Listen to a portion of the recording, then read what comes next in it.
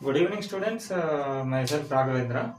So already we started the video lectures and started the chapter periodic classification.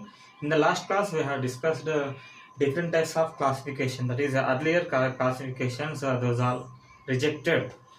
उसमें हमने ये discuss किया था that is the ancient scientist classified the elements into earth air fire water but उसमें कोई भी element नहीं है इसलिए this classification has rejected and the next one Lavoisier classified the elements into mainly two categories. One is metals and another one is non-metals. But सारे elements को उन्होंने दो classes में divide किया ना. That is not the good thing because ऐसा दो classes में divide किया तो it is impossible or it is very difficult to study the properties of the elements. After that, the scientists they classified the elements on the basis of the valency. That one we are discussing now. So next one is classification on the basis of valency.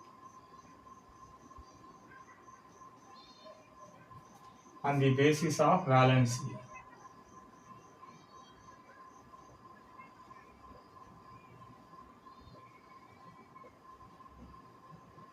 Students, what is valency? So generally valency is nothing but the old definition is the combining capacity of an element, but that is not that important. According to modern chemistry, modern definition, valency is nothing but the number of electrons lost or gained or electron pairs shared between the bonded atoms is nothing but valency. This valency concept we study in chemical bonding. We'll have a deep discussion. So now just you have to remember the valency is nothing but the number of electrons lost अगर donate किया कितने electron donate किया और the number of electrons gained और the number of electron pairs shared. जो valency के हिसाब से जो साइंटिस्ट ने जो एलिमेंट्स को अलग अलग क्लासिफाई किया है उसमें होता है monovalent atoms. Monovalent. Generally, these elements show valency 1. For suppose you take Na, lithium, potassium. So in सारे elements का valency 1 होता है. They show the oxidation state +1. जैसे Na will exist as Na plus. I think in lower classes you might have studied sodium ion. Next Li plus and K plus. These are called monovalent और इसका मतलब वो एक electron को donate कर पाएगा. So that is monovalent. And apart from that monovalent, another one is there bivalent. So bivalent means the valency how much students? Valency would be 2 like Mg. It is exist as Mg plus 2 and calcium Ca plus 2 and barium Ba plus 2. So these are the bivalent atoms whose valency is 2. Okay, they can donate 2 electrons. Next one is trivalent like that. Trivalent. So trivalent means इसका valency कितना students 3 होता है. Generally aluminium plus 3 and gallium plus 3. These are the trivalent. So depending upon the valency, the elements को अलग अलग तरीका से divide कर दिया.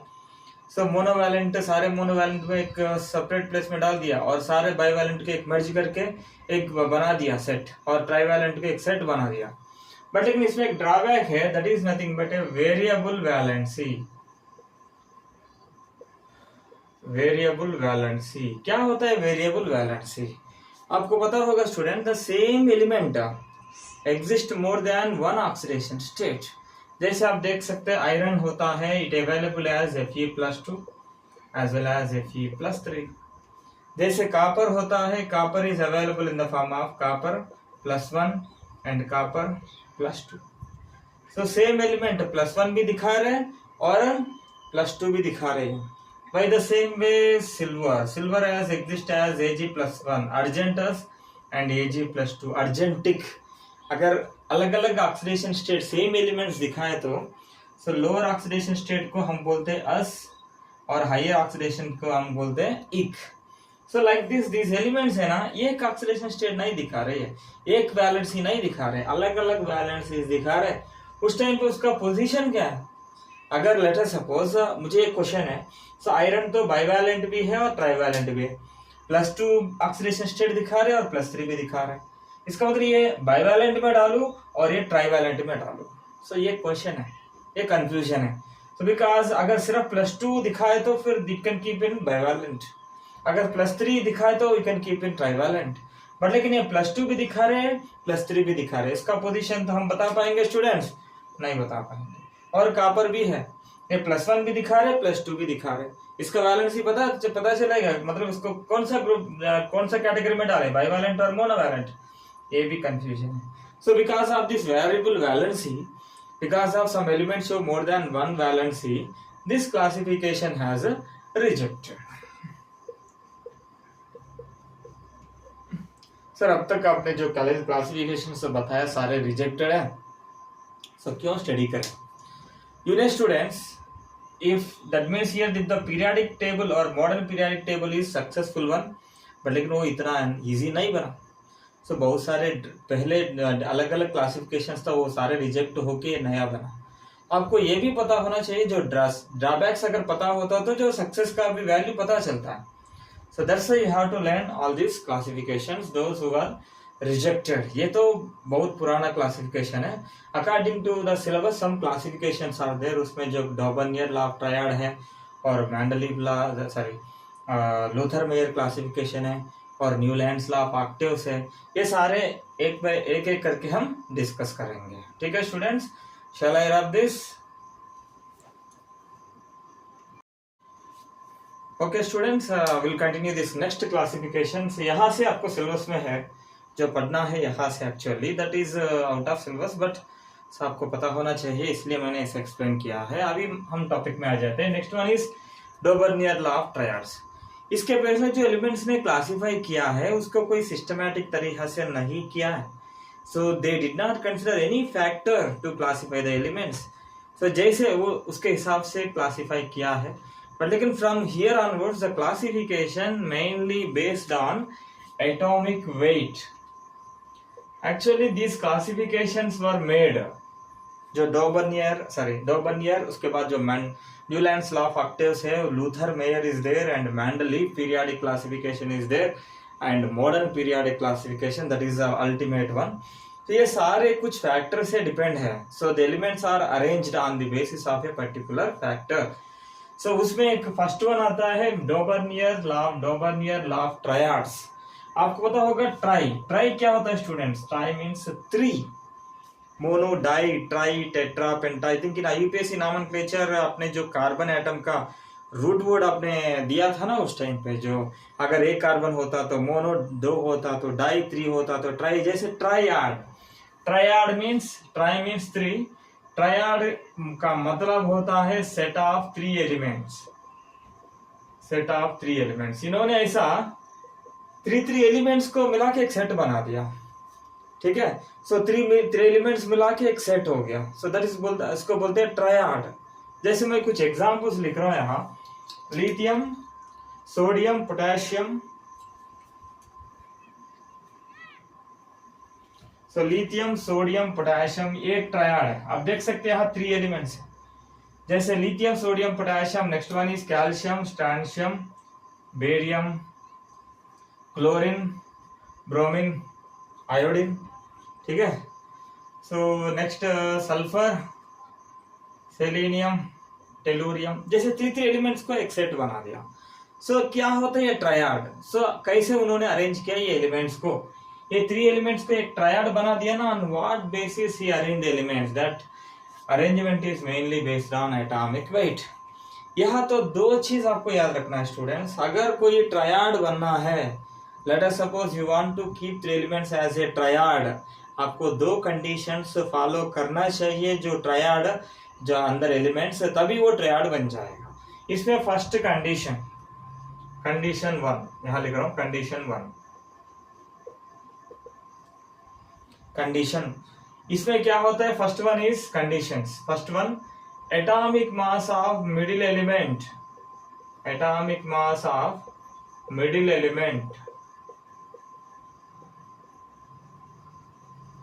is arithmetic mean सर इतना घटिया वर्ड यूज करें। Arithmetic means nothing. एवरेज ले लो ना, एवरेज। कभी कभी आपको सब्जेक्ट मतलब जो एग्जाम में एवरेज निकलता है, ठीक है, 3 सब्जेक्ट मिला के एवरेज निकलता है। सो जैसे atomic mass of middle element is the arithmetic mean of remaining 2 elements. Remaining 2 elements, ये होता है फर्स्ट कंडीशन। अभी चेक करते एक बार, let us check this example. Lithium mass है, आपको पता होगा atomic mass is, how to remember students, lithium is 7 and potassium is 39। So average कैसे निकालेंगे, सो इन दोनों को ऐड कर ले और बाई 2 किया तो एवरेज आता है 39 plus 7/2 that is equal to 46/2, this will be 23। So sodium का मास 23 है ना students. So atomic mass of middle element इन दोनों के एवरेज का आया नहीं आया, चेक करो यहाँ, ये 7 एंड 39 दोनों ऐड करके एवरेज फाइंड किया 23। That means atomic mass of middle element इन दोनों के एवरेज होगा, then only it becomes as a triad. And another one, calcium is 40 and barium is 137, इसका एवरेज निकालेंगे हमको मिडिल एलिमेंट का एटॉमिक मास मिल जाएगा। So that is nothing but a triad. Dobereiner ने ऐसा एलिमेंट्स को अरेंज किया है। तो यहाँ हम एवरेज कैलकुलेट करेंगे 40 plus 137/2, it is 177/2, it will be 2 8 जा 16 and 2 8 8.5, you can write this one as 88 approximately. So this is the atomic weight of the middle element strontium. Next one is chlorine 35.5 and iodine is 127. So इसका average निकलेंगे 127 plus 35.5 upon 2। so ये कितना आएगा 127 plus 35.5, ये होगा 5 और ये 12 6 162.5 2 8 जा 81 समथिंग आएगा। so you can write this one as 81. so like that the elements in a triad, so ऐसा कंडीशन फॉलो करना है, they have to follow the condition. First condition is the atomic mass of middle element is arithmetic mean of the first and last element. so this is about first one. second condition क्या है, ये condition भी follow करना है। second one, the elements in a triad, the elements in a triad will have nearly same chemical properties. Elements in a triad will have nearly same chemical properties. properties बराबर होना चाहिए। आप check करो, lithium sodium potassium ये तीनों है ना metals है, फर्स्ट ग्रुप का एलिमेंट्स है। सो इसका लिथियम का जो प्रॉपर्टीज है, सोडियम का जो प्रॉपर्टीज है, पोटेशियम का जो प्रॉपर्टीज, दाने सारे तीन सेम है। जैसे सेकंड ग्रुप का कैल्शियम स्ट्रैंशियम बेरियम, इन तीनों के एलिमेंट्स प्रॉपर्टीज है ना, इन तीनों एलिमेंट्स का ऑलमोस्ट सेम ही होगा। जैसे बाकी का भी एलिमेंट्स का प्रॉपर्टी सेम होना चाहिए। अरे जो मतलब सिंपली एक चीज बताता हूँ मैं, अगर ये 3 एलिमेंट्स एक सेट बना दिया, जैसे फैमिली जैसे, जो फैमिली में जो जितना लोग है ना, सो वो एक्चुअली उसमें यूनिटी होता है। सो सारे एक दूसरे को समझता है, जैसे ही बिहेव करता है, ठीक है। जैसे एलिमेंट्स इन ये ट्रायड भी वैसे बिहेव होना चाहिए। ये सारे एलिमेंट्स ऑक्सीडेशन स्टेट सेम होना चाहिए और सारे एलिमेंट्स का मेटालिक नेचर भी सेम होना चाहिए। So what ever may be the properties should be same in the elements of A triad, ठीक है। एलिमेंट्स ऑफ द ट्रायड को प्रॉपर्टीज क्या होना चाहिए, सेम होना चाहिए, तभी ये ट्रायड बन जाएगा। उन्होंने उसके हिसाब से ये triad that is Dobereiner law of triad दिया है, और इन्होंने जो कंडीशंस बताया था वैसे उन्होंने डायरेक्ट अरेंज किया है एलिमेंट्स को। बट लेकिन इसमें भी ड्रॉबैक्स है,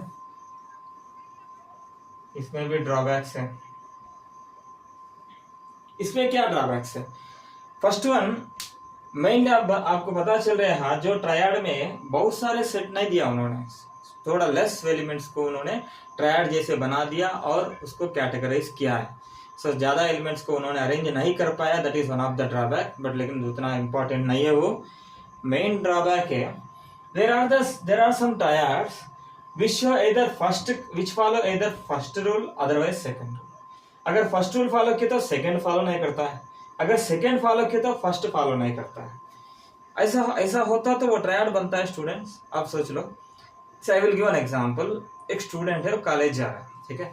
जो कॉलेज का जो रूल्स होता है सारे, मतलब उसका कुछ रूल्स एंड रेगुलेशंस होता है। सो टाइम पे जाना है, रेगुलरली आपको जाना पड़ेगा, अगर कोई लीव लेना है तो प्रोटोकॉल हिसाब से परमिशन लेना पड़ेगा, ये सारे बहुत सारे रूल्स होता है।